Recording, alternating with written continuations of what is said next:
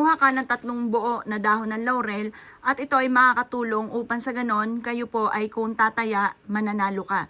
Kasi ang dahon ng laurel mga bossing ko for only wishes at saka yung mga binibigay ng dahon ng laurel, napaka-generous po niya na magbigay ng blessing. Yung inaasahan ninyo, higit pa ang mga dumarating.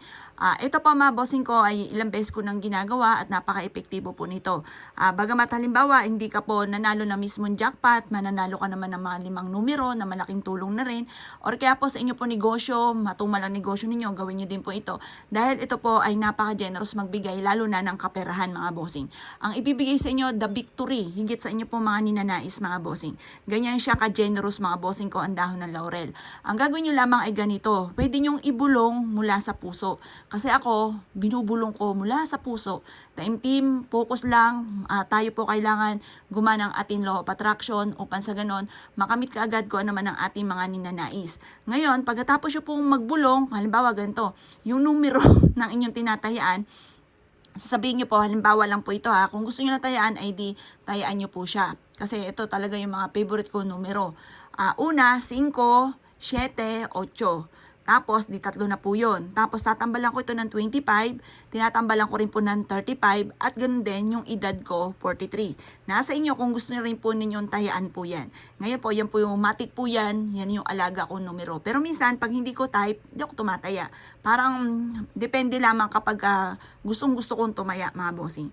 Ang gagawin lamang po natin, mga bossing, ay ibubulong natin dito ang ating nais. Pagtapos na po tayo ibulong dito yung ating numero or kaya nais natin na magkaroon ng araw-araw na malaking benta, makabayad ka agad sa ating mga utang, i-wish nyo na po dito. Pagtapos ka na mag-wish, ilalagay nyo po ito sa ilalim ng inyo pong unan. Pwede nyo rin siyang sulatan ng 168 kasi yung numerong 168 pagpapatupad sa mga wishes po natin. Ngayon po, basta focus ka lang, maniwala ka lang, makakamit nyo po kung ano man ang inyong mga pinapangarap. Basta lagi kang positive. Lagi mong aayudahan ng mga salita ng mga magaganda na halimbawa gumawa ka ng ganito, tapos pagising mo, pangit ka agad ang sasabihin ninyo na nega ka agad na walang pera, hindi makabayad, ganyan, nako, huwag ka na munang gagawa nito, baka masisi nyo pa mga pampaswerte. Kasi dapat magkakapatid po yan. Gumawa ka ng ganito, kailangan aayudahan mo ito ng mga salitain ng mga magaganda. Kasi once na nagsasabi ka ng mga magaganda, magaganda talaga ang mga nagaganap.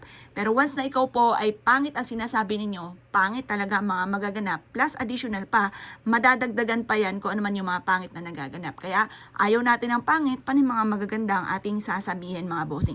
Kumbaga, tugma-tugma po sila mga bossing. Halimbawa, may problema ka sa pera, syempre, magsisipag ka, magtsatsaga ka para magkaroon ka ng pera. Pero, minsan, may mga pagkakataon na ikaw po ay masipag at matyaga, pero sa walat-ulang, inyo pong pagiging masipag at matyaga, tatambalan nyo naman po siya ng pampaswerte, ng pang-akit ng swerte or pantabay ng kamalasan.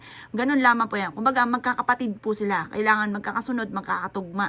Ngayon po, halimbawa naman, may problema ka sa kalusugan. Siyempre, bukod sa pag-iingat, pag-inom ng tamang gamot, pagpapacheck up, kailangan may mga protection ka, pantabi ng malas, at for long life ang dulot, yung mga ganun mga bossing. Kumbaga, magkakatugma siya mga bossing. Ngayon pa mga bossing ko, para wala ka ng pagsisisihan pa. Kasi minsan, may mga pagsisisi pa na sabihin, ay sana nagawa ko to. Kumbaga, gawin na natin lahat kung ano ang pwede nating magawa na maganda naman at maganda ang may dudulot po sa atin. Ngayon pa mga bossing, basta gawin nyo po siya kahit anong araw, basta ikaw ay naniniwala, ikaw po ay may positibong pananaw sa buhay, gawin nyo na po siya mga bossing at napaka-epektibo po nito. Ilagay nyo lamang siya sa ilalim ng inyo pong unan. Kapag nadurog po siya, okay lamang po yan kahit madurog po siya.